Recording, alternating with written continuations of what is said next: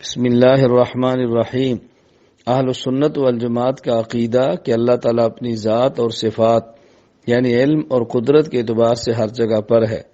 اس کے خلاف کچھ عقلی اعتراضات پیش کیے جاتے ہیں، جن میں چوتھا اعتراض یہ ہے: کیا اللہ تعالیٰ بیت الخلاء میں بھی موجود ہے؟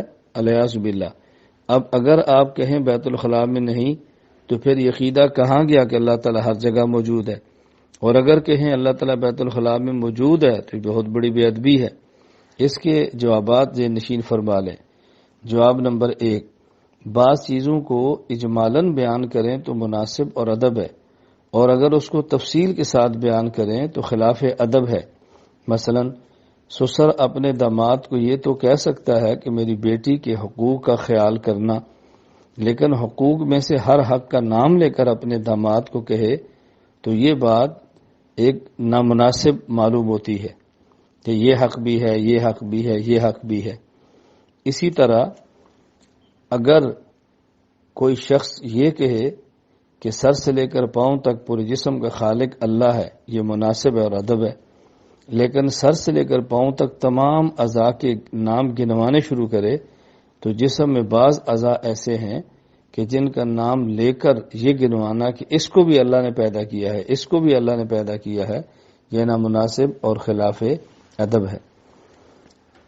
جواب نمبر 2، یہ اعتراض تو تب ہوتا ہے جب ہم اللہ تعالیٰ کے جسم کو مانیں، اور جب اللہ کو موجود بلا جسم اور بغیر جسم کے مانیں پھر اس پر کوئی اعتراض نہیں۔ جس طرح اگر کوئی شخص قرآن کریم کو بیت الخلاء میں لے کر جائے تو ہم کہتے ہیں جائز نہیں، بے ادبی ہے، لیکن اگر سینے کے اندر قرآن کریم ہو، مثلا حافظ ہے اور یہ بیت الخلاء میں جائے، اب اس سینے میں قرآن موجود ہے، اس کو لے کر جا رہا ہے، یہ نہ مناسب اور بے ادبی نہیں، کیونکہ یہ سینے میں قرآن جو موجود ہے یہ بغیر جسم کے ہے۔